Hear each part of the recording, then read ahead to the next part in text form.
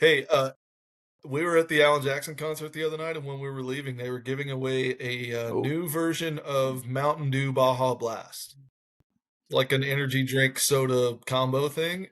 And the guy was like shoving them at us, like, "No, please take all of them." And Landon was like, "Yeah, you're the guy that's got to put them up when you're done." Yeah, we've worked in events and we ops know how before. it No works. big We know deal. your games. No. Mountain Dew Baja Blast. All right. We ready? Are you ready? As there's a drive in a deep left field by Castellanos, it will be a home run. You know, they have those nerds clusters, which is new. Yeah, which is good. 10-5, touchdown! Unjustifiably in a position that I'd rather not be in, but the cream rise to the top, oh yeah.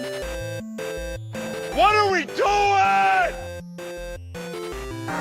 Wild long faces. We're not dead yet. Don't worry, nobody's listening anyway. Welcome into Press Box After Dark. We are back doing more interviews. I'm really excited about it. This will be the last interview in our little mini-series that we've been doing in the month of February in 2025 to celebrate National Women's in Sports Day. That was on February 5th earlier this month. It is Thursday, February 20th, as you are listening. My name is Hunter from Pressbox After Dark. I got two crew members with me and a beautiful guest that we will get to here in a second. But before we do that, you want to help the podcast continue to grow. The easiest way to do that is to follow us on Twitter at PressboxAED. You can DM us, connect with us there, and give us some ideas. Or if you're somebody that works in college athletics, like our guest here tonight, and you want to come on the podcast and connect with us, we will gladly have you on because it just helps us grow and gives us some more content. In our Twitter bio is pressboxafterdark.com. You can check out all of our podcasts and all of our blogs at that website. We have 3 Up, 3 Down, our Major League Baseball blog, Double Doink, our NFL blog. We have First and Five, our college football blog. The off season is just starting for college football. Our first one of that post Wednesday, so yesterday as you're listening. So that's good and exciting to have that back. And we actually cover Survivor and Deal or No Deal Island for our reality TV show fans. Survivor Season 48 starts next week, and I could not be more excited for our draft that we have coming up. So if you're into any of those topics that I just listed off, check out PressBoxAfterDark.com. Check out our blogs. It helps us out. You can catch all of our podcasts on Spotify and Apple Music and in video form on YouTube. Please follow us on Spotify and subscribe to our YouTube channel. We are trying to hit 100 subscribers/followers by December. Our numbers are going up. I think it's because of these interviews, and it's probably because I forced the person who we interview to follow us. So I don't know if that's any direct correlation, but the numbers are going up. No, we're in double digits on Are both we still in platforms. single digits? We're out of the Okay. single digits. We're in We're double out digits of on both singles. All right. platforms. So if you want to help us keep growing and you want me to be a happy person in December, follow us on Spotify at Pressbox After Dark. Subscribe to our YouTube channel, Pressbox After Dark, and you can catch clips of the show on TikTok at PressboxAD and on Instagram at Pressbox After Dark. I know it was a mouthful, but we have a lot to get to. Really excited about this final interview that we're doing to highlight women in sports. Before we get there, though, let's pass it around to the crew members. Cameron is joining us again on another interview all the way up in North Carolina. Cameron, how are you doing, and how was your weekend? I saw the Duke baseball team did not do well. Did you have any part in that? I did not. Duke baseball team struggled big time. Interesting weekend. We had tennis, or I had tennis, on Friday and Sunday. We had basketball on Saturday, and I also had wrestling on Sunday. So busy weekend, but this was actually the first weekend or first game back at Duke that Dick Vitale was calling. So we had him back in town for the first time since his cancer, which was really cool. And he's also got 3 grandkids that play tennis here at Duke. So he's got 2 grandsons. They're twins, actually, and they play here. They were out of town this past weekend, but his granddaughters on the women's team, and they were playing here this weekend. So he actually came to my tennis matches on Friday and Sunday, and that was really cool. Did you get to meet him? I did. It's funny though, because when he was at, the tennis match, like, he's just a normal grandpa that wants his kids to play well. So it was pretty cool to see. He wasn't in that, persona that you see on, college basketball broadcasts. He was just a normal dude that was rooting for his granddaughter. So it was pretty cool. And he's really old. He's 85, but he still moves pretty well, which is awesome. Because I was worried that we were going to have to help him move around when I heard that he was coming to my tennis matches. Dude, could you imagine if you had to like help Dick Vitale in like a wheelchair and then you actually like rolled him down a wrong ramp or something and you just end up on national news because you pushed Dick Vitale down in a wheelchair? That'd have been awesome. Did they too? Everybody has their 5 minutes, dude. Yeah. On Saturday when we had him for basketball, we had someone from our staff who was just on Dick Vitale duty essentially, because our facility isn't really ADA compatible or accessible, and we don't have like an elevator that goes up to our broadcast booth. Like, it's up a bunch of stairs. So whenever he comes, we literally have to have people help him get up so that he Yes, can Cameron Indoor, broadcast the built game. before the invention of the wheelchair or the elevator. Got it. We have one elevator in the arena. That's very unfortunate. It's a real elevator. Other duties as assigned for Cameron. I will give a shout out, even though Duke baseball didn't do well. Cincinnati ranked in the D1 baseball poll this week after their series win over Duke for the first time since 2015, I saw. So good for the Bearcats. Jordan is our other Press Box After Dark member joining us here tonight, and he has a connection to our guest. So, Jordan, what you been up to? And tell us a little bit about our guest before we let her introduce herself. Yeah, so I didn't have to work any sporting events this weekend because I don't do that anymore. But the wife and I went to Fort Worth and hung out with Landon. We went and saw Alan Jackson and Zach Top, who is like apparently a big deal that I had never heard of. Oh yeah, it's ZZ Top. Yeah, I actually looked up during the concert to see if his initials could be ZZ Top, and they weren't. But yeah, it was a good show, and always a good time to go see Landon and get dominated at Mario Kart and all those kind of things. But yeah, that's kind of what we did. We practiced the blue shell only race for you, Hunter. So you can't get any momentum because every time you start going, somebody great. hits you with a blue It's shell not behind you. So it's like you don't want to be in first until the last second. It's really difficult. I'm still trying to figure out how you're so bad at Mario Kart after It's all awful. the time that we played together. I don't know. It's a mystery to everyone.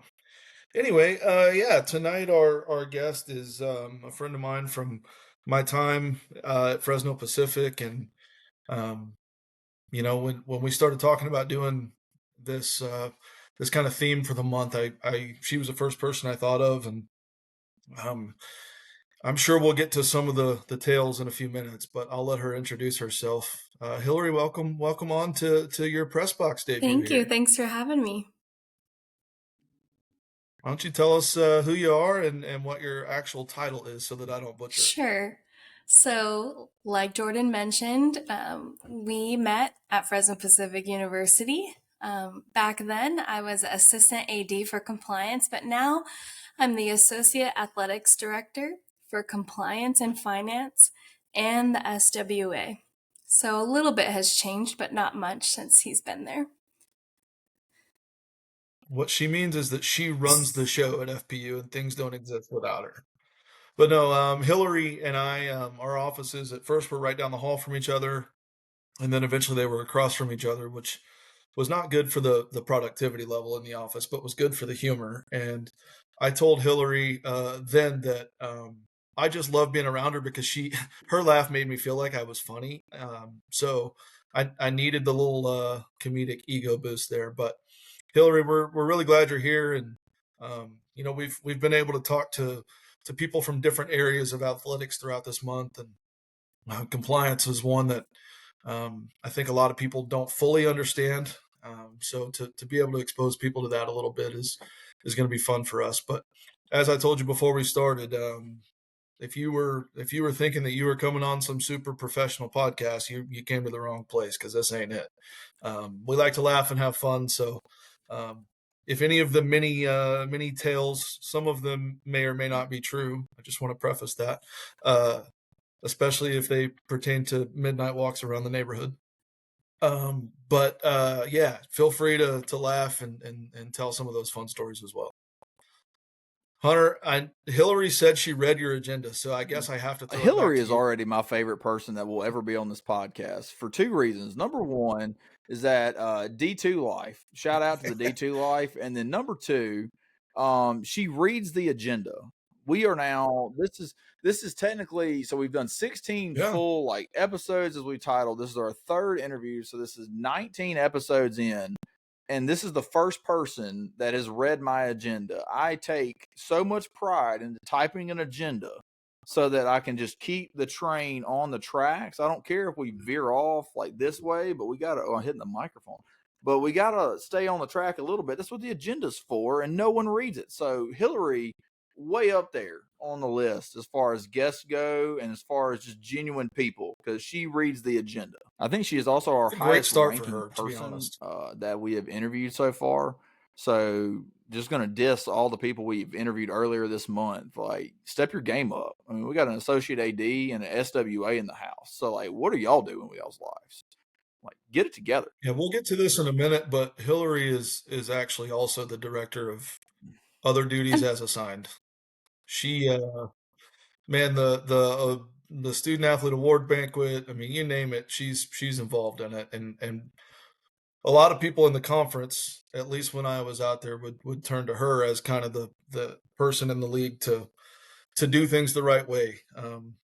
One of my favorite things that Hillary would do was you guys have worked with me. I walk to practice and, hang out with the coaches and see what the players, see what's going on. And Hillary from time to time would just pop her head out of her office and say, "Hey, are you going to whatever practice?" And I'd say, "Yeah." And she'd say, "I want to go." And she wanted to go so that she could watch all the players squeal whenever the compliance director started walking out to the field. And this is why, like, everybody that we've interviewed has a background in either now Division II athletics or that lower D1 level, that FCS football level, or non-football sponsored lower D1 mid-major.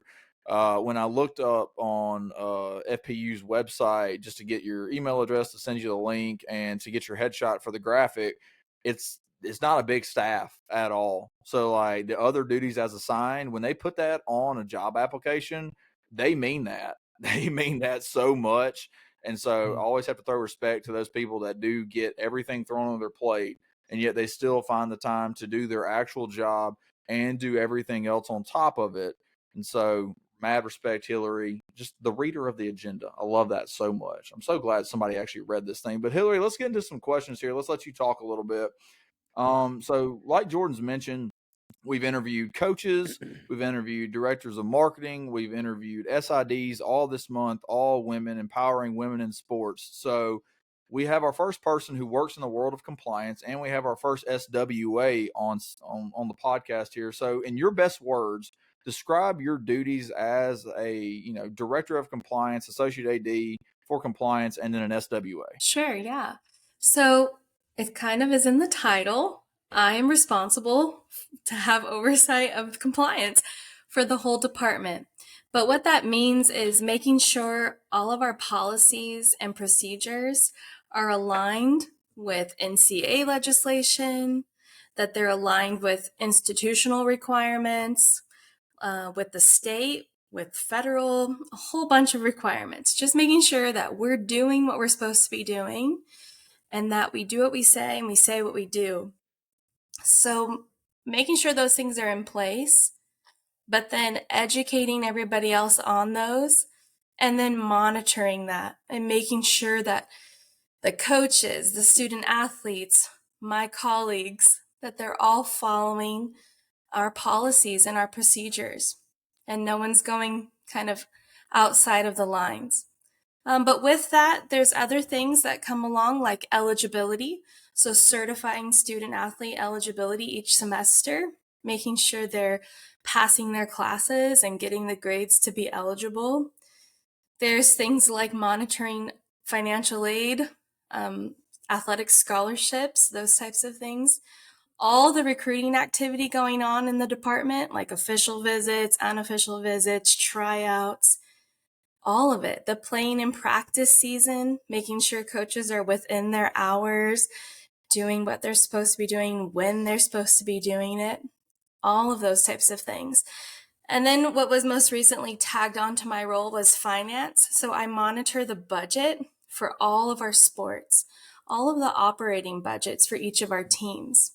So any money coming in and any money going out is another piece of what I'm currently doing. And then as the senior woman administrator, honestly, for me, the most important part of that is having a seat at the table when important decisions are being made in the department. So my voice, my point of view is a part of that decision making, and keeping the athletes number one as my priority of who we're serving and what we're making decisions about.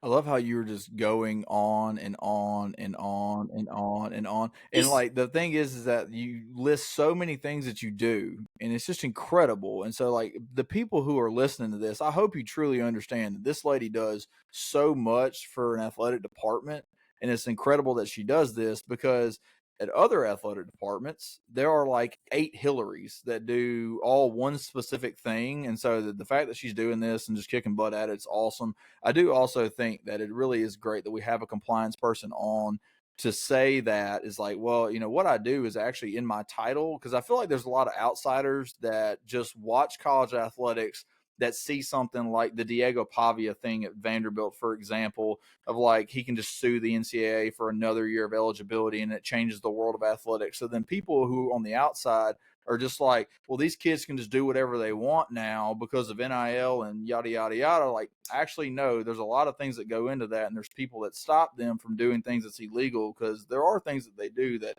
are against the rules. And so there is people there in place to do that. But speaking on overarching things in athletics and big things that are going to shape the world of athletics and people in your role in compliance. So like the House versus NCAA settlement, it is going to be one of the biggest changes in college athletics history whenever they finally get everything done with. So when it comes to like roster limits, scholarship limits, revenue sharing, NIL, all these things that are on the table in this settlement, how are your roles as compliance and SWA impacted by the decisions that are going to be made in Congress moving forward, especially at the D2 level where you're at? Give us a perspective from there. Is it going to be that big of a difference from the D1 to D2 level? Like, where is it at for you guys right now? Yeah, so all the things you mentioned directly impact the big schools, right? The big schools with the big money. But for us, it's just more of like a trickle down effect or like an indirect effect. And right now, what we're seeing, what we're dealing with because of all that's happening is a lot of deregulation. So what I mean by that, the NCAA is pulling back a lot of the legislation that used to exist and kind of stepping away from so many things that they used to have rules on that we used to have to enforce. And now they're kind of pushing that to the university or to the school. They're giving it to us to make a decision or a policy about.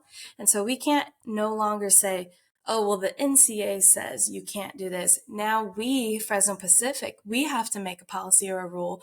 And the NCAA is kind of stepping out of that. And anything that like, it feels like anything that a student athlete or their family could possibly get upset about or possibly sue the NCAA over, they don't want a part of it. And they want to put that back on the school now and the institution to kind of walk through that or deal with some of those things.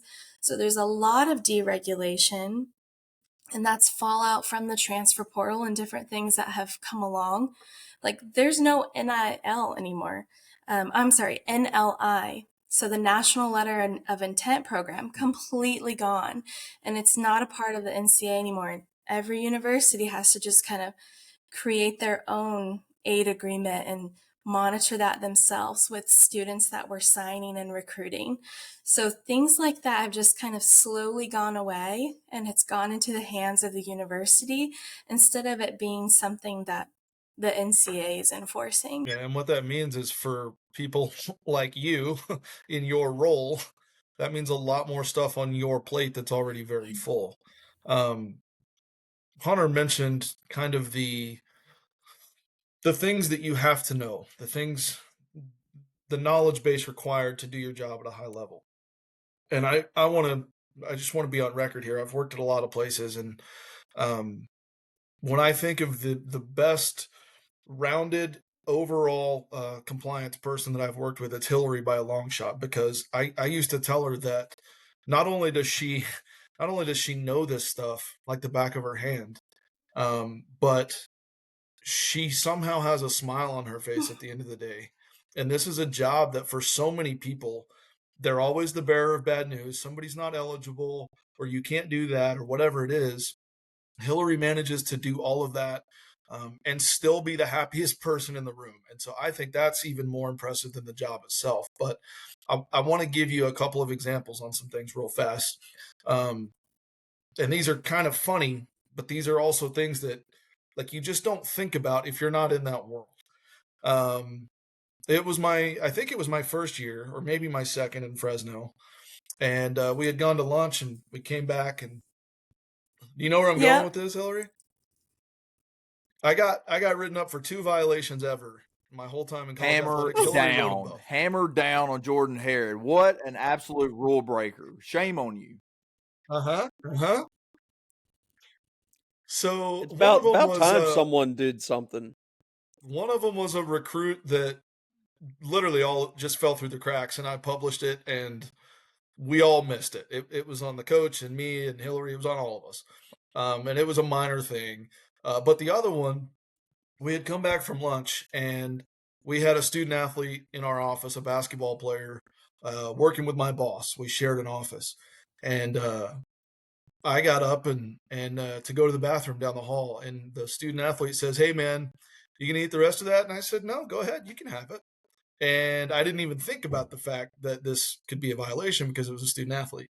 So I go down the hall, I come back, and as I'm on my way back into my office, Hillary from across the hall says, "Hey, there's a form on your desk I need you to sign." And I said, "Okay, for what?"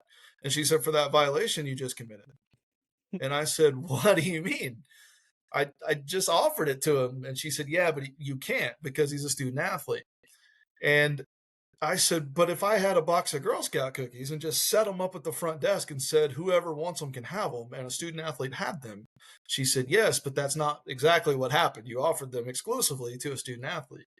And so this is what I'm saying, is even stuff like this, like little stuff that I poked at her for the next 4 years about because I thought it was so dumb. She doesn't miss this stuff, man. But this is the kind of regulatory stuff that at least at the time was in place. Some of that's changed now. But another one that comes to mind for me is I remember during my time there, our associate athletic director was kind of the person overseeing the uniforms and the branding. And without naming any names, we had a certain coach, Hunter, that you might also know if that helps. So this person was arguing with me about they wanted to order new jerseys that didn't have numbers on the front of them. And I told him, "No, that's required. You have to have them on the front." And he said, "No, it's not. They changed the rule." Hillary, I was next door, and I just shouted at her, "Hillary, what's the rule for this sport and the jerseys on the front and the back?" I don't even know if she actually looked it up or not, but within seconds she told me, "Oh, the rule is they have to be this big on the front, this big on the back." So we Hillary saved that coach from a violation every single time he wore those uniforms. There's just unbelievable amounts of stuff that go into it. Like, my brain does not have the storage capacity for what these people do. Dog, if only Hillary was there to stop Landon from his uniform fiasco at EKU, then we'd never have anything to make fun of him for. Oh, yeah. that would be great. I do want to touch one thing on that you said, Hillary. Yeah. So, with no more national letters of intent, so can you break down what y'all are doing at FPU to kind of like put forth your aid agreement? Is there like a set thing that most schools are doing, or is it basically like you're mentioning, is it per school? Because when I was going into college, I was a D3 athlete, and then we transitioned to D2 at Mississippi College. At my signing ceremony, I signed a blank sheet of copy paper, and I honestly don't even remember if I signed a letter of intent because I don't think I had to because I was a Division III athlete. You can correct me if I'm wrong there, but what are you guys doing to kind of get over that? Well, it's not over that, it's just that doesn't exist anymore. So like, how are y'all functioning without that existing? Sure. So, luckily, the compliance group for our conference is a collaborative team, and we really work together on all of these issues and all of these different changes that are happening. And so we got together and we created kind of like our own version of an NLI. And we all shared the document, no reason to reinvent the wheel at each school. And so across the conference, we put that together and we shared it with one another. And I think a lot of schools and conferences are kind of operating the same way.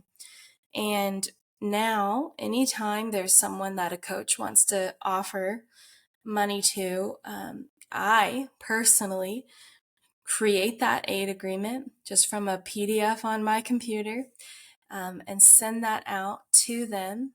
And then they sign and return it if they're happy with the offer. And then I still have to log into an NCAA website, and I mark that person that they've signed with us. That's kind of like a flag on their account, so other compliance offices or coaches can see that they have signed somewhere. Before, that was not something we as a university did.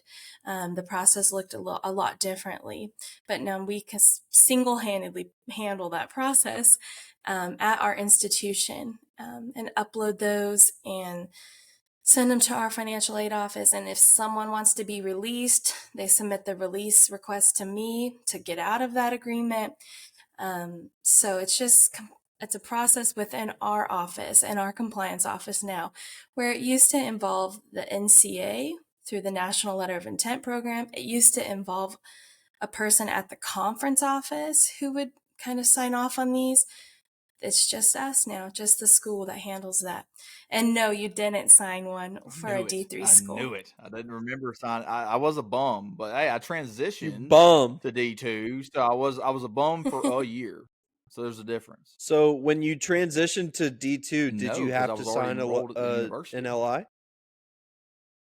You Yeah, would have Hillary you would knows. have signed an aid agreement or a scholarship agreement if they gave you money, Right. but not an NLI. I was a But I they was a walk-on. Hunter didn't sign There's a anything. reason. My senior year, and so it's actually kind of funny. Was it because you had errors in center field, or Dude, what? it's so funny because Yes. your junior year you were really good, and then your senior year, like Yes. Oh, you fell off absolutely senior year. nosedive my senior I've year. looked I was this not up focused before. on baseball. It's kind of funny. He plays in the Rangers organization now. His name's Blaine Krim. Great ball player. Got the privilege to play with him. One of the first interactions I ever had with him. He was coming in, hotshot freshman, biggest kid we brought in at my time there. And he was like, "Hey, where's this Hunter Bowling guy? I got to meet him. This dude must be a freaking stud, man. He led our team in hitting, and this dude's awesome." And I walked in. I'm a beanpole. Boy, I weigh what a like 150 disappointment. pounds. I just rolled in there with my glasses on, and he was like, "This is the guy?" And I was like, "Yeah." And I'm a walk-on. So like, take your money seriously, guy. He did. He listened. So good for him. But yeah, they should have never gave me money. I probably would have been a much better ball player. Hillary, just so the listeners have an idea, how many student athletes are you guys working with? Yeah, so right now we're at about 360 in our department. And every year there's about 100 to 160 new athletes. So she's got 360 athletes, and she's the one that signs off on every one of these agreements. Do you guys renew them every year, or do they like automatically renew? Do you have to do 360 of them every year, or you only have to do the new ones? We have to do a new one every year. Oh, dude, when is the multi-year contracts coming to NCAA? That's going to save Hillary some time. That is absolutely brutal. Golly. I don't envy you, Hillary. I did I make the miss joke, you, Hillary. but I I think don't it envy was you. on our first interview that we did. That when I interviewed two people that I worked with at Nicholls State, and we were also a very small athletic department, so we were close with everybody. And I made a joke about our compliance director there, and the joke was simply, if you're listening to this podcast and you're thinking about getting into compliance, just don't do it. It's for a special breed of person, and if you're having to debate if you want to go into compliance, don't do it. Just don't. But speaking along terms of big rules, big decisions in the world of athletics, probably the biggest thing, especially when we're talking to women in sports. So February 12th, a little over a week ago, the U.S. Department of Education revoked the guidance on Title IX and athlete pay set by the Biden administration. So now stating that Title IX does not apply to name, image, and likeness deals. Does that impact a school's compliance with Title IX? Does it go back to what Title IX was originally having to comply with? And then from an NIL perspective, too, if you want to touch on it, are there a lot of athletes at FPU that you're dealing with that are getting NIL offers or that are bringing in some money for themselves? I know the D2 level is obviously, we've already talked about the trickle-down effect, but you can touch on that as well. So where are you guys at now with this revoking of Title IX? Yeah, so this was 5 days ago. So a lot is still to be determined, right? We'll see, kind of. But what I can say is, I think why they were able to do what they did or make this decision, they were able to somehow separate athletic scholarships or athletic aid that a university is giving to a student, which does fall under Title IX requirements, from that money that a student could possibly be earning or making from NIL, and kind of separate that out as, that's based on what's happening in their market and what they're earning. And the Title IX requirements don't have to apply to that money because the school's not really in control of that. So I think that's how they were able to separate the two. But the impact that it's going to have is kind of, like I said, still to be determined. However, I think as a university, as a Division II university for sure, but all universities, even though Title IX requirements might not be applicable to those funds, we still have a responsibility, and there will still be Title IX requirements for the opportunities that we make available to our student athletes. So we might not be able to control what they earn or what comes out of NIL for us at Division II schools. But if we're going to partner with a company and try to get our athletes NIL deals, we're going to do that for everyone. And we're going to create that access for all of our students. It's not going to be a pick and choose type of thing. So even though there might not be a requirement about it, we're still going to do that. We're going to make it equitable and fair, at least the access, at least the opportunity piece of it. Anybody that we partner with or anyone that we try to bring on board to get NIL deals for our student athletes, we're going to ensure that we are trying to keep things equitable as far as opportunity goes. That's that access piece, right? And that's what's important to us on our campus at a Division II school. We don't have a huge collective. We're not passing out the funds. We're not deciding who gets what. So that's for other schools to deal with and figure out. And I don't know how Title IX is going to come into play. Because even if there aren't Title IX requirements, someone could still sue you. Someone could still process a complaint about you. So it doesn't matter if there's requirements or not. So I'd say, as a university, control what you can control, provide that equal access, that equal opportunity to all of your students on campus, and then we'll kind of go from there and see what happens. Jordan, are you telling me you're not leading the Sunbird Collective right now for FPU? Why are you not doing that? Because I work at Angelo State. No, seriously, talking about NIL. Unfortunately, I think this is always where NIL was going to head because there's money in men's basketball and in football. Um, but I'm not really in that world quite as much anymore. But I was listening to our football coach at Angelo State speak earlier this week, last week, whatever it was, and he said something that was kind of interesting to me. He said, everybody when NIL came along, it was going to kill the small schools. D2 and D3 were going to fall. They were going to go by the wayside. He said, for us, what's happened is, now I want to preface, they lost one football game last year, and it was in the playoffs. They won the conference championship, and they're a really good Division II team all of a sudden.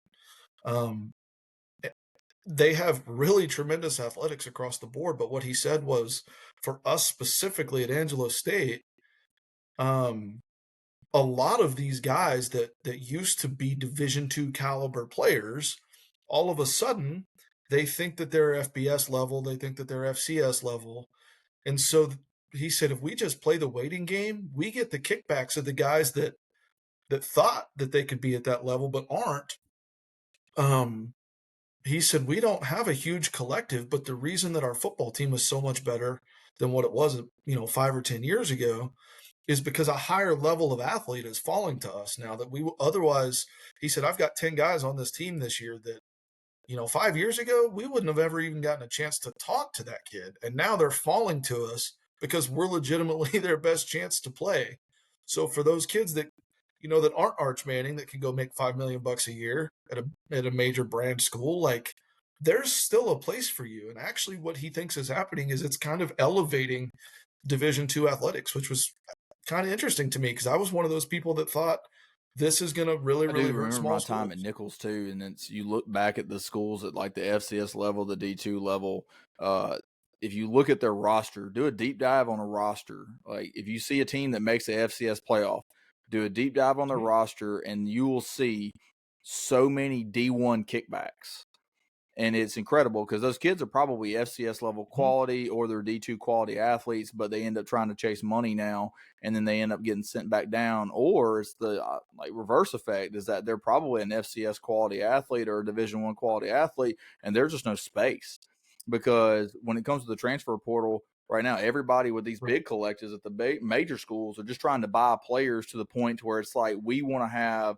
It's almost like I want to have all the toys in the toy aisle so the other kids at daycare don't have the same toys as I do. And so you're having these rosters just be maxed out of talent, and these kids have nowhere else to go. Then they look back to their local schools, which obviously Fresno Pacific, great area in California, a lot of talent there. So people trying to go away, they can't go anywhere. They're staying home. Same with Angelo State being in Texas, obviously for, the examples of the sports that we've been given. But it really is interesting to see like what that effect has done. And it really is really fun to talk about and really fun to do a deep dive on, especially if you're somebody that just gets bored on like a Tuesday in your office. Like go on a deep dive on some rosters. I do love talking about Title IX though, because I remember when I was getting my master's, I don't know if anybody else had to do this. For my master's program in athletic administration, I took a whole semester-long class just on Title IX itself. And I thought that was one of the most fascinating things that I ever got to take a part of as a student, just to learn the inception of that, how it's used, how people have to follow that, all the rules that go into it, the ever-changing aspect of it. It's just crazy. Did y'all have to do that when y'all had to get y'all's master's degrees? Is there a program for that at FPU? No? We took a Hillary. I'll let you speak to that because you did your master's at FPU. My master's had a sports law class that touched on Title IX, but it wasn't the entire course. Same, yeah. There was a sport administration master's degree at FPU, but it's gone away now. We don't have it anymore. But it was a part of one of the courses, but it wasn't a course.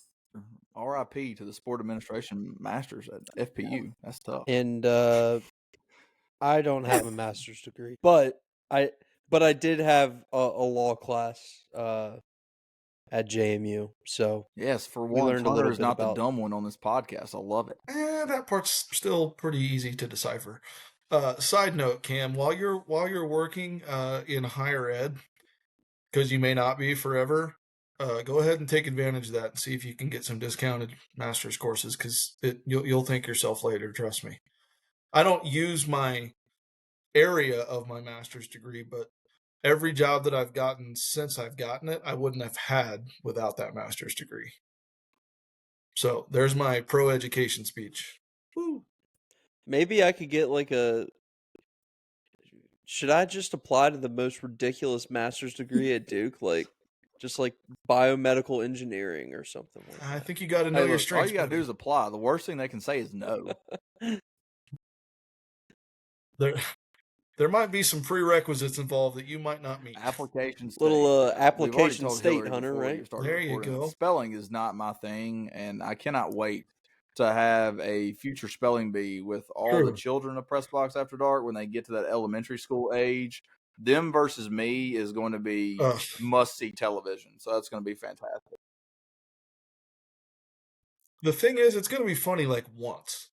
Yeah, Because after that, it's first just an time is going to be expectation for that they're sure. gonna It's win. going to be the biggest event in all of mankind. I just imagine you and Zach's kid and your kid and my kid, like sitting down, yeah. and you're Billy 100%. Madison, you know, or you're Rob Schneider, right? Heap hop anonymous. That's going to be me. There it I'm is. not That's going gonna to be do you, well in the dude. spelling bee, and it's going to be fine. It'll be okay. I can handle that personally. So, but no, I've really enjoyed this, Hillary. I do hope that people who are listening to this, they really find the enjoyment of digging deep into the world of college athletics, because it is it's just crazy how much actually goes in to putting an athletic department together, putting a product on the field. There's so much more than just, the kids showing up to practice. There are so many people behind the doors that get the building running, that turn the lights on, that keep them on, that do all the things that people have no idea that you are actually doing them, that actually makes things work. And so, one last question. I have a question, Hunter. I don't know if this is part of the agenda or not, but if you want, Hillary probably has a couple of really good Jordan stories. Let me that she do would one love to share sappy with you. thing with our women in sports, and then I will let Hillary have the floor to embarrass Jordan for a good 5 minutes. I didn't know you were headed towards Sappyville, or I wouldn't have really interrupted do. Get the Kleenex ready, because All I really right, do. well, let me get the Kleenex ready. As a person that has a daughter, she's 2. Okay, so I love her to death, and I hope she pursues sports, just so I have something to get excited about. But I've really enjoyed doing this series of women in sports. And so, Hillary, for you to have the floor here with our last structured question on the agenda, what is a message that you have to women who work in sports that hear this, or people who are women that want to be in college athletics? What is some encouraging words for them to either get into athletics, or like that pick me up that they need? Because there's always bad days in college athletics. What advice do you have for the women working in sports that come across this podcast? Sure. So, just like we were telling Cameron a little bit ago, apply. Just apply. So, the worst thing that they could do is tell you no. No. When we post positions for our athletics department, there are hardly any female applicants in the pool. For all positions, coaching, administration, other support staff. And so just apply. If you are interested, just go for it and apply and kind of see what happens. My other biggest piece of advice is to find a mentor. So a lot of us, we probably wouldn't have gotten to where we are, or been able to have lasted as long as at what we were doing if we didn't have a mentor. Someone who's kind of been through it all and could give you advice, or can help you when you're just struggling. Sometimes in athletics, you feel alone, or you feel like you're the only one dealing with all of this. And so to be able to reach out to someone in your position at another school, or just someone else in athletics at another university that can kind of talk with you and knows exactly what you're going through and can just answer any questions that you have, or maybe just give you that piece of advice or reassurance that you need, it makes all the difference in the world. It can help you get through that day, that week, that month, that year. So that's definitely my advice: is apply, go for it, and find a mentor. Can I piggyback that Yeah. for a sec? I think for me, again, my world was sports information and not compliance, but I think the same principle applies. There's somebody out there that's done what you're going through. Whatever it is, easy, hard, fun, miserable, someone out there has gone through it.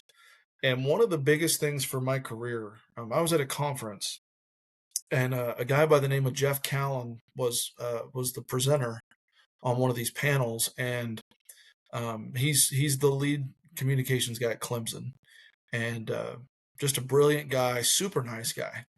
Um, and so, kind of the circle of people I was with after this thing, I said, "Hey, I'm gonna go talk to Jeff Callan," and all of them were like, "That guy's not gonna talk to you, dude. Like you're a nothing at a Division II school." And I said, "Okay, well, if he shoos me away, he shoos me away. Like whatever." But that was right as I was going into Fresno Pacific, and our colors were going to be blue and orange. So I wanted to go pick the brain of a guy that's familiar with a similar color scheme. Um, as far as a branding perspective, I walked up to Jeff Callan, introduced myself, and for probably the first year to year and a half that I was at Fresno Pacific, Jeff Callan and I probably emailed once every week or two. I would literally send him a graphic and say, "What are your thoughts on this?" I would send him an idea that we had internally and say, "Hey, how would you guys handle this? We have a staff of 2. What would your staff of 40 look like? How would you guys make this idea better? Whatever." But um, I think in athletics there exists this notion that the higher the level or the more successful school they work at, the bigger the ego. And I'm here to tell you, from my perspective, with many coaches, compliance people, SIDs, ops people, whatever it is, that is not the case at all. So my advice would be, don't be intimidated by those people. People that get to have those conversations are the people that aren't intimidated by those conversations. And I think that's a huge part for me. But there's somebody out there that's done it. I've got a buddy that's at LSU as an SID, and he still will text me and say, "Hey man, how would you do this?" And I'm like, "I don't know. You're at LSU, dude. Like, you're better at this than I am." But that's the fun part of it to me, is the LSU, relationship part. ACU, same level, dude. Don't. Yeah, definitely. Both teams are going to go to the Yeah, Final Four at some definitely. point, right? So, hey, bank on it. No, Hey, I mean, I bank on think it. I've said it on every interview that we've done so far. The people that I gravitated towards when I worked in college athletics were the doers, the people that don't ask whose job is that. It's the people that just roll their sleeves up and do it. And I love that every single person I asked that final question to, of like, what's your message to the other women that hear this, or what's your message to anybody that comes across this about working in athletics? All of them just said, do it, apply, go for it. The same words. And so that's Mhm. always what I like to echo, is that, yes, go apply. And then when you get that opportunity, do not be the person that's sitting on your butt. Always be up, always be willing to help. I think that's just the Division III into Division II in me, because Jordan made that joke of like, hey, you got a staff of 40 at Clemson. We have a staff of 2. Like, it is a funny joke, but it's also the truth, is that you really have like 2 people in the department that are having to do all these things. And so you really just have to be that person that just goes and just does it. So, I mean, I love that. Hillary, this has been fantastic, but we promised you 5 minutes here after your great, inspiring speech to embarrass Jordan. Jordan has only told us his FPU stories from his perspective. So I want to hear the truth. So I want to hear Hillary's side. Hold on. I would like to point out, I'm That is very true. You do laugh at non-biased. I yourself can laugh some, at but I want to myself. hear if what you're telling us and what you're laughing at is actually the truth. So I want to hear this from Hillary's side. Well, Hillary was Hillary, present give for me a like good chunk of the 2 fun in Fresno. good So Jordan Hare stories. if you hear a if you hear a random laugh from the background, it's because my wife probably hasn't heard these stories either. There are so many, too many to choose from. But I think one of my favorites, this might be TMI, but one time Oh boy. I thought I got a box of long stem roses in the mail from my good friend Jordan. But I This is great. opened the box because of like how it was shaped and how it was packaged. I was for sure like it was long stem roses. And my friend Jordan appreciates me. I opened the box, and to my surprise, it was not roses. It was a brand What was it? new plunger for my toilet in my house because he had previously destroyed my bathroom and the old plunger. So Yeah, Hillary and true. I, Hillary, That's I 100% true.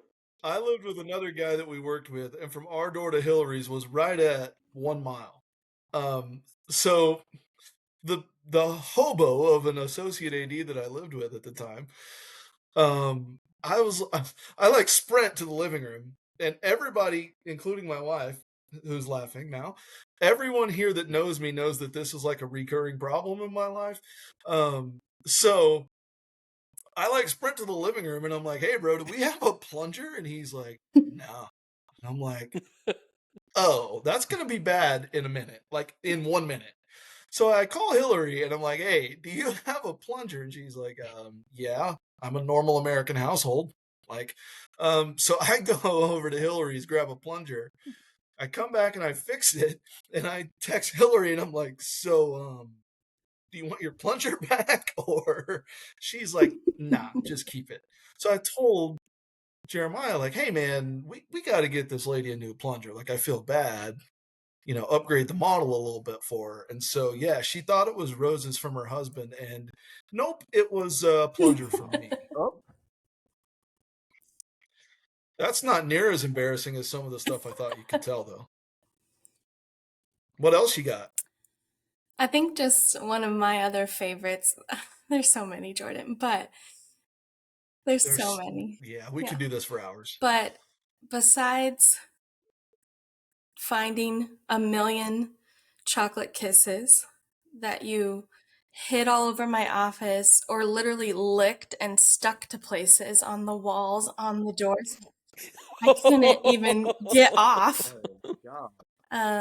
Besides all of the hilarious nicknames that you gave everyone in the department and some of our student athletes, and other people that worked on campus. Besides those types of things, No one's safe from a good pun name. No one. I think one of my favorite memories just personally was Jordan, like it's like a family when you work in athletics. It's like a family. And Jordan was like Especially at a part of my family, and he knew my family and he knew my children. And we would go swimming at the pool. And at this time, my youngest was like, oh my gosh, probably like 2. Yeah, maybe 2. And Jordan taught him to run and jump into the pool when he didn't know how to swim. oh my God. He was like jumping to me at first. So that was fun when Jordan wasn't there and he would run and jump into the pool. And then he would jump off the back of the couch and all kinds of things. That was about it. I have a question. Did you ever go to a McAllister's with Jordan? Yes. Yes. Did he ever? I can't even say it. Did he ever do the carrot cake challenge in front of you? No. Tell the story. Oh Tell the my story. God. we went to McAllister's in Abilene, and we're sitting down for dinner, and he's like, "Man, that carrot cake looks good." Advertised And as colossal carrot cake, and they are not kidding. colossal carrot cake. He's like, "Man, that looks good." So he orders it, and imagine the biggest piece of cake you've ever seen, and like double it. And and we looked back at the menu, and it's advertised as like 2,400 calories.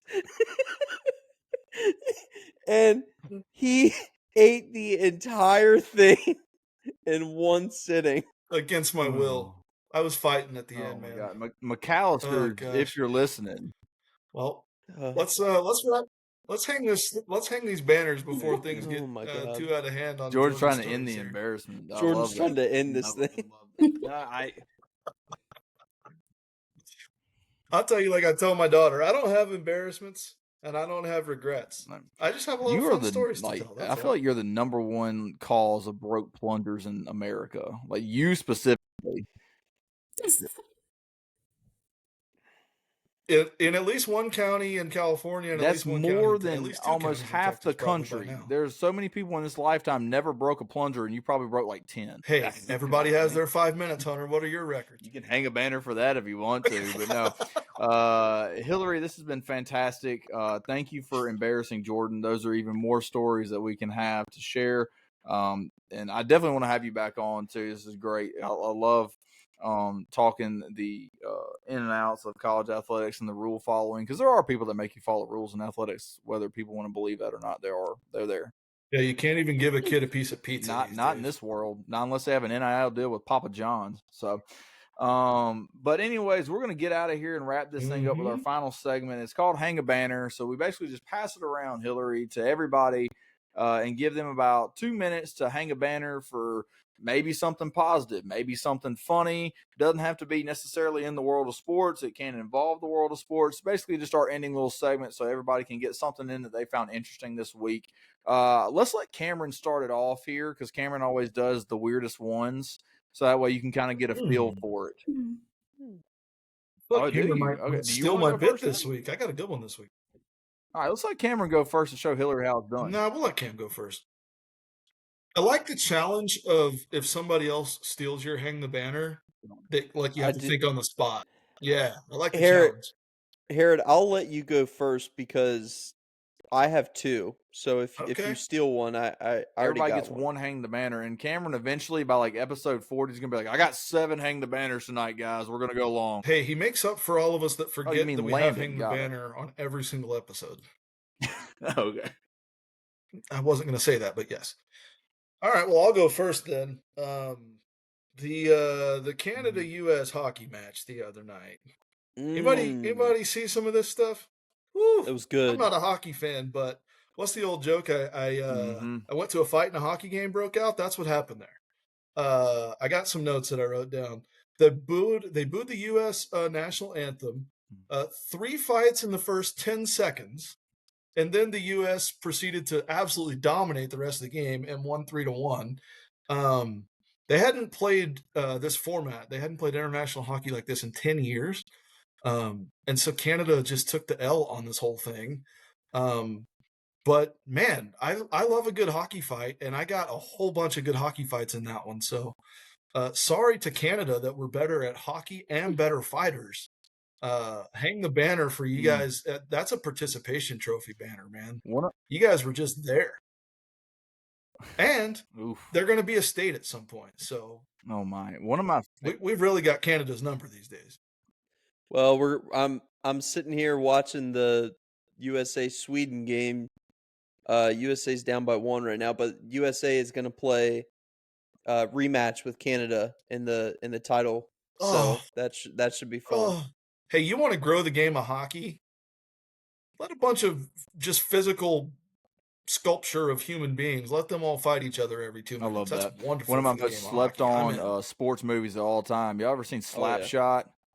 The old hockey movie? No? Y'all never seen Slapshot? No. Well, I have a life. Oh, dude, Full rewatch disclosure, that. I think That's I've an seen it, but I was absolutely like 6. gem of a hockey movie. It's a great sports movie. They do nothing but fight the entire time. It's fantastic. It's awesome. That was really good one, Jordan. Cameron, there you go. The floor is yours. Hang a couple of banners, and then we'll pass it to Hillary, and then I'll close us out. All right. First one. Illinois basketball literally hung the banner upside down. I stayed I away knew you from were this gonna one go because as there. soon That's as why I I went saw it, I hockey. said Cameron's all over that. Yeah. Terrence Shannon Jr. Was back in attendance for Illinois and was looked like I didn't even read what was happening. I guess he was getting his number retired. And whoever was in charge of hanging the banner hung it upside down, and there Game were ops? literally It was 100% could have game been ops. game ops 100% or game ops. facilities. And they raise it up, they pull the ribbon or whatever, and it falls down, and it's upside down, and It's so everyone's good, like, dude. "What It's so the good. heck?" As man? somebody who Oh, that's had so to be good. in charge of hanging banners before, that is how they did that upside down is just incredible. And if I had to throw a little bit under the bus to Nicholls State University, we had gotten a new golf facility. They built a covering for our driving range, for our golf driving range on campus.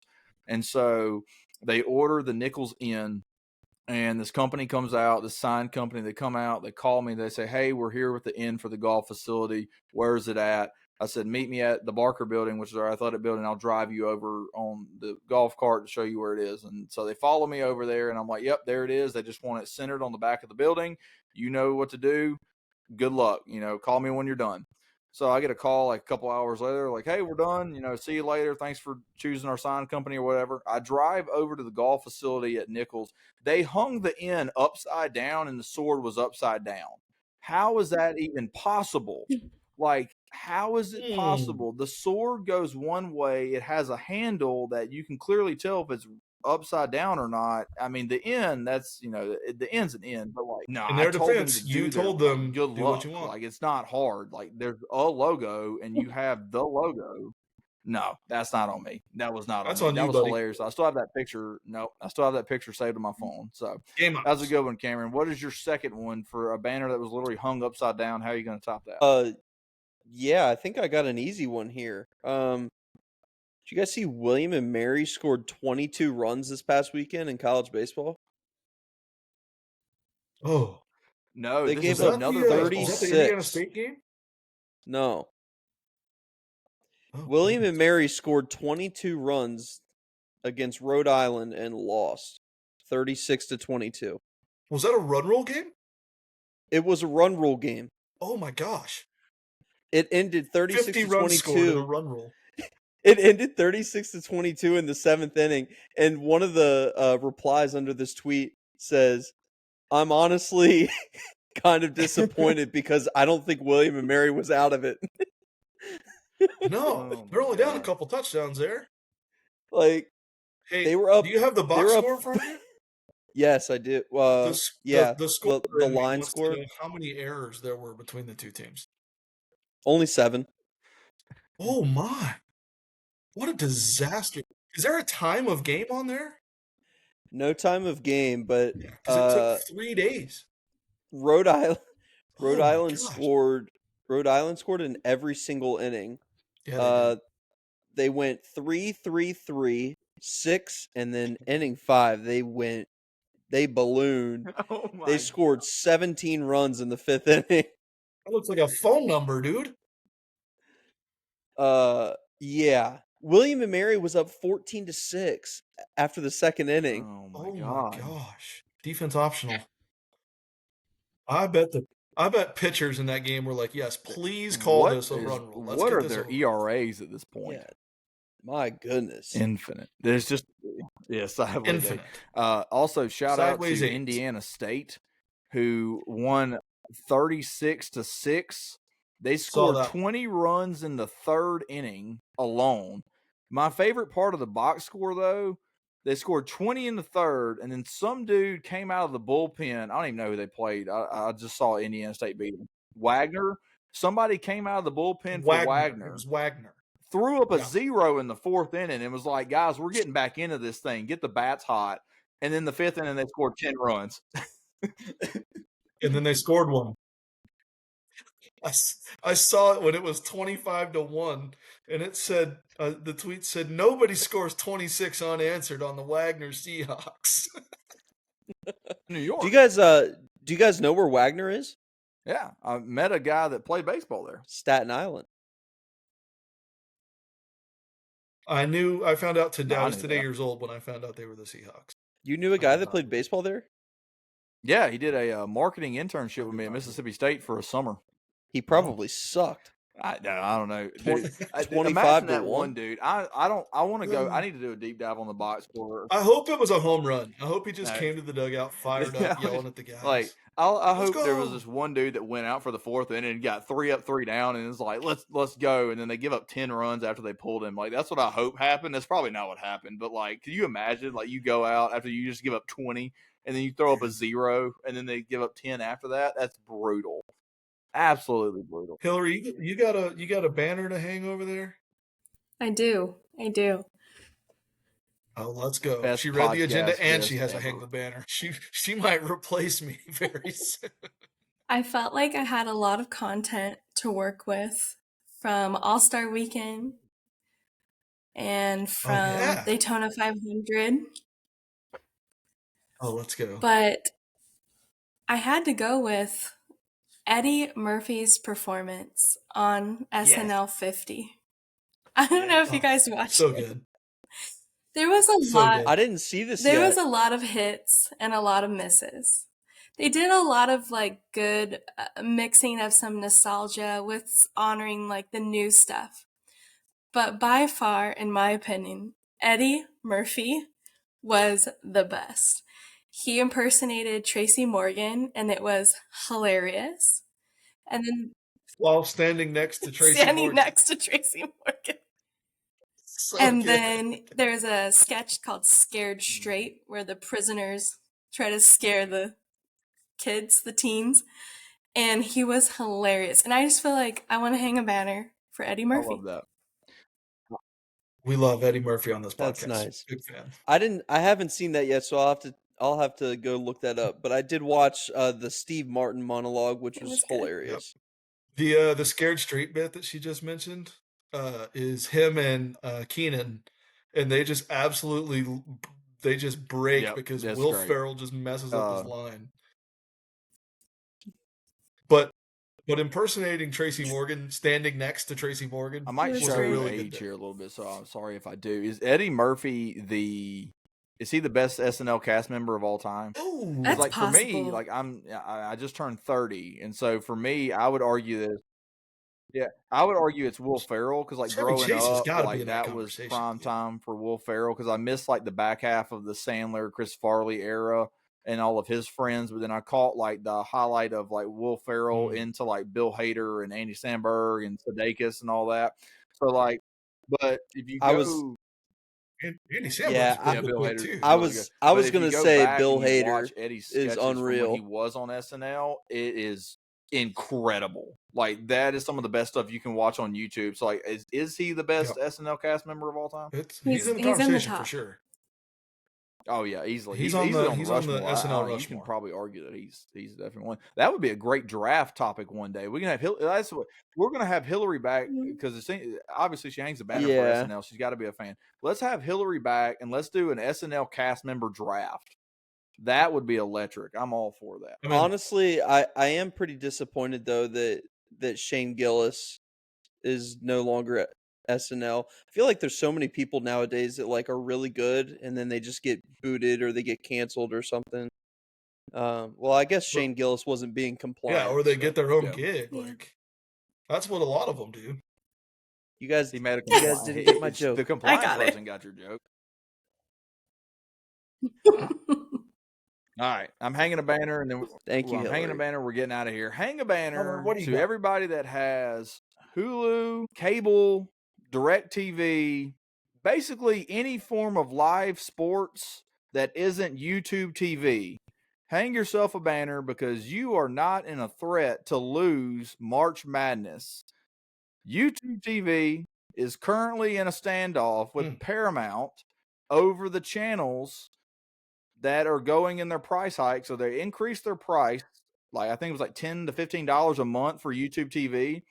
And they're in a negotiation right now with Paramount for all of Paramount's channels that they give to YouTube TV. The problem with that is that a group of those channels are CBS, TBS, TNT, and True TV, which if you live under a rock, then you don't know this, but since you don't, those are the channels that air the NCAA basketball tournament, the men's tournament, one of the biggest sporting events of the year every single year. YouTube TV subscribers are right now at risk of not getting to watch that, and that is absolutely hilarious to me that there's potentially an argument over a channel that mainly shows Impractical Jokers, but now they're having to argue to get that back just so people can watch, SFA versus Houston at 12 o'clock on a Thursday on True TV in the NCAA tournament, because all of us are glued to it. And it's just absolutely hilarious that YouTube TV is having to have this war, because as a Hulu person, I always felt that Hulu was like inferior to YouTube TV because they don't have the multicast view, because YouTube TV has that over them, and YouTube TV is cheaper too. And so I have Hulu because it comes with Disney Plus and ESPN Plus. But I was always thinking of switching to YouTube TV because of the multicast. But now I'm glad I didn't, because now, I know it's going to get resolved before the tournament, but like, what if it doesn't? Like, what happened? Nothing like sorting out March Madness broadcasting rights. Hey, by the way, the tournament starts in a couple of weeks, and we're going to negotiate this because we have more money to make. So the almighty dollar will always rule all. Did you also see that they are really talking about expanding to 76 teams, I think it is? That's awful. If they do that, I might just stop watching college basketball. Yeah, it's coming. I don't care. That tournament is perfect. 8 more teams. The problem with college football is that the FCS has figured it out, but Division I football doesn't want to do that. So they always argue on how to end their playoff and have a national champion. Baseball, softball, they have it figured out. Soccer has it figured out. Volleyball has it figured out. Basketball has it figured out. If it works, stop trying to fix it because you want more money in your pocket. On the contrary, I was the guy that said college football playoffs shouldn't expand. And after 1 year, I was like, man, this is perfect. Don't ever change it. And when they expand again next year, it's going to be better. It's more games. Who cares? Why I'm upset is that because like the bubble watch and those games that really matter when you come down the stretch in February and March, how much more are we diluting that? Because like if it opens the door for more mid-majors to get out large bids, I'm all for that. Because I do think it sucks that you have these teams that literally go like 23-2 in the regular season. Their 2 losses maybe like money games to like Duke or Houston. Used Houston twice. But then they go to their conference tournament and they lose 1 game on a buzzer beater and their season's just done. Like, have fun in the Atlantis CBA thing or whatever it's called. Like, you have nothing to show for it. CBI. CBI. Whatever. No one wants to go down there because they all want to go to the big dance. They don't want to go to that. So, like, if it opens the door for more mid-majors, I can get on board for it. But it's a perfect tournament. It is a perfect tournament. Don't ruin it. Don't ruin it. Can't wait for our full-on podcast dedicated to March Madness. You're going to be sick on that day. That's fine. We'll just let Cass replace you. We might call Hillary back. Hillary, are you a big basketball fan? See, I'll do it. We already replaced Jordan. We will. When we were trying to schedule this thing, Hillary, I told Hunter, I was like, yeah, she does compliance, and she's the SWA, and she's a certified homie. Those were your credentials. Didn't you say, too, when we were trying to schedule this that she couldn't do, what was it, last week because she was going to see the new Captain America? On Saturday. She did. That is what she told me. She said, listen, and I quote, I have priorities in life, and your podcast isn't one of them. What were your non-spoiler thoughts of the movie? I'm going to see it next week. So I've heard a lot of critics saying it's not good. I loved it. So I thought it was great. So Hunter's probably gonna hate it. I'm not a movie critic. It's just I very like when I go into a comic book movie, I have expectations, and then because that is my own fault. That's your own fault. Hillary, what do you think of the Polar Express? Oh, here we okay, go. Polar Express. There is a right answer, Hillary. Our friendship's on the I will line. tell you my true, my take. It kind of creeps me Damn right. out. Like, it kind of scares Damn me, right. but it also makes me emotional, and I do like it. But it's also a little scary. It's because the animation looks terrible, right? Those kids look messed up. Well, isn't like every person's Tom Hanks, right? Like, he's every character. I got a Yes. chuckle. She listens from to the rigmarole podcast. She back has there. to listen because I literally said all these things when I tore into Polar Express, and these four dum-dums were like, Hunter, you're stupid. That movie's fantastic. It's a great comfort movie. No, it's not. If that's your comfort, then you have issues. My wife is laughing because she said all the same things Hunter did. Can you hear No, her? I can't. She's chuckling back there. I like it. I'm a big hot chocolate fan, but it's just a little. You got it. No, that movie's -2 stars for the Polar Express. Hillary, Okay. again, I've already said it at least 3 or 4 times, but I'm going to keep saying it because I'm very appreciative. Thank you for coming on. Thank you for joining us and helping us out. We are Press Box After Dark. If you want to keep up with everything that we have going on, if you want to interact with us, follow us on Twitter at PressBoxAD. Again, that's at PressBoxAD on Twitter. And our Twitter bio is PressBoxAfterDark.com. That has all of our podcasts and blogs on there. We have an MLB blog that Jordan types up. You've been hearing him talk. Go listen. That's terrible. Messed that up. Go read his blog, his MLB blog. It is absolutely fantastic. It's really, really good stuff. So if you have a love for Major League Baseball, go check that out. We have a college football blog at First and Five, and then our Double Doink NFL blog as well. And then, like I mentioned at the beginning of this podcast, Survivor, it starts next week. We type about it. Don't forget about Deal or No Deal Island, too. So if you're interested in any of those blogs, check those out on our Twitter bio at PressBoxAfterDark.com. You can hear all of our podcasts on Apple Music and Spotify at PressBox After Dark and on video form on YouTube. Please follow and subscribe to us on Spotify and YouTube. I'm going to keep screaming this at the top of my lungs until we hit 100. Damn it, we gotta hit triple digits. We're getting there.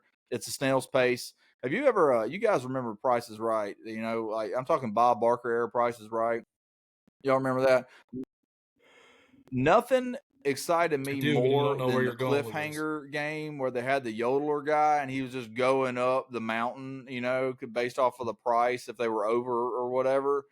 That's where I feel like our followers and our subscribers are on YouTube. We are at the very bottom of the mountain. I'm trying to get to the mountaintop. And every time we get a follower or subscriber, I hear the yodel song in the back of my head because I'm messed up. And that's okay.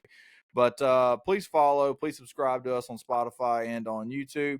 And you can check us out in clip form of the podcast on TikTok at PressBoxAD and on Instagram at PressBoxAfterDark. Give us a follow on any of our platforms. It really helps us out. Hillary, do you have any social media that people can reach you at if they hear you and they want to follow up with you? I do not. She does not. I will say this, though. If you are somebody that works in athletics, you definitely know how to do this. We talked about mentors, okay? Go to FPU's website, go to their staff directory, and her email is there. Shoot her an email and say, hey, I listened to you on this podcast. There was a country-sounding guy and 2 really smart guys, and then you were there, and it was a great time, and I really appreciate the words you said. I just want to reach out, say hello, and ask for your help. Go do that. Go to FPU's website, look up Hillary, reach out to her if you need any help, especially in the world of compliance. She clearly knows what she's talking about. Way more qualified to actually have a podcast than us 3 idiots. So thank you again, Hillary, for coming on. I hope you enjoyed it. We are going to have you back for our SNL cast member draft. I'm going to make that happen. We got to make that happen. So does anybody have anything else they want to add before we get out of here? I have 2 things. Cam, you go first this time. No, I was just going to say I love how Hunter described Jordan, the guy who gave a coworker a plunger as a gift, as really smart. Yeah. I would like to add, as always, 1, suck it, Hunter, and 2, see you, That's Dinks. it. We end every episode with that.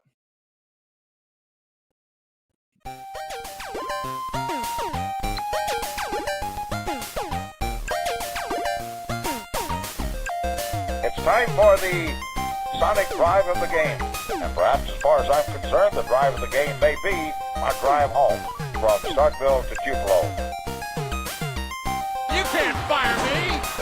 I got a contract! I'm Rance Wilder!